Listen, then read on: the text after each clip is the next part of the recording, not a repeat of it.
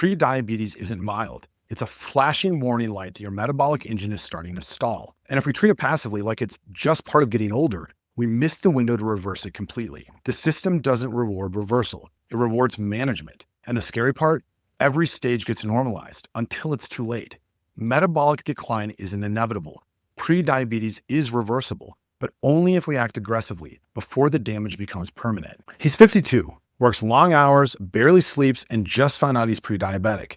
His doctor prescribed metformin and told him to watch his diet, but no one explained how close he really is to the edge. If you're a man in your 50s and your labs are starting to slip, this video might change everything. So let's talk about Dan. Dan isn't a real person, but his story reflects the exact kind of patient I built my practice around. Mid-50s, professional, smart, works hard, but his body's quietly been sending the signals, and now they're getting louder. He came in after a routine checkup and he was told, your A1C is 5.7, you're pre-diabetic. Nothing to worry about yet, but here's a script for metformin just in case. Now, Dan wasn't overweight by BMI, but he carried more fat around his midsection than he used to. He said, I'm not lazy, I just feel like my body isn't responding anymore. I eat less, I work out when I can, but I'm still gaining weight and dragging daily. He was snoring more, waking up groggy, not performing his best at work or in the bedroom. He chalked it up to aging until the labs came back. And here's what most people don't realize. Pre-diabetes isn't mild. It's a flashing warning light that your metabolic engine is starting to stall. And if we treat it passively, like it's just part of getting older, we miss the window to reverse it completely. So Dan's A1C was 5.7. That's borderline, right?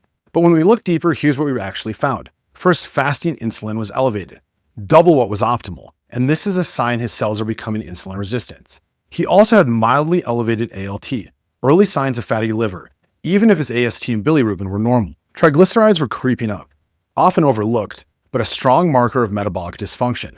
LDL modestly elevated, but ApoB was high, meaning his cardiovascular risk was greater than it looked.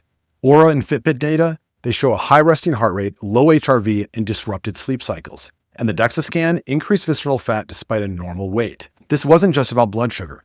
It's a full body pattern of insulin resistance, visceral fat accumulation, liver stress, and sleep disrupted cortisol rhythms. And no one told him he could reverse it. And this is what happens in conventional care.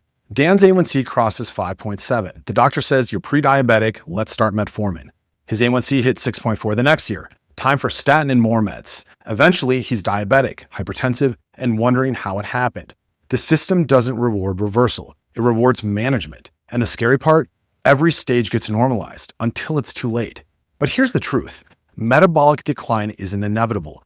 Pre-diabetes is reversible, but only if we act aggressively before the damage becomes permanent. So here's how I approach men like Dan. First, time-restricted eating.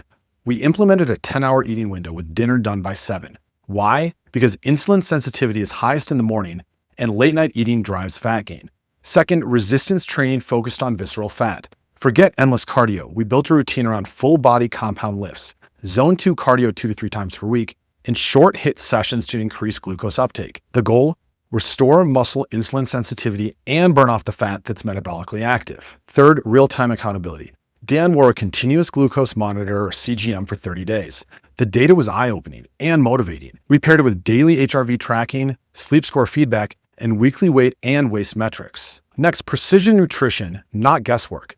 We cut back refined carbs, but not with a blanket low-carb rule. Instead, we prioritized high-protein, low-glycemic meals.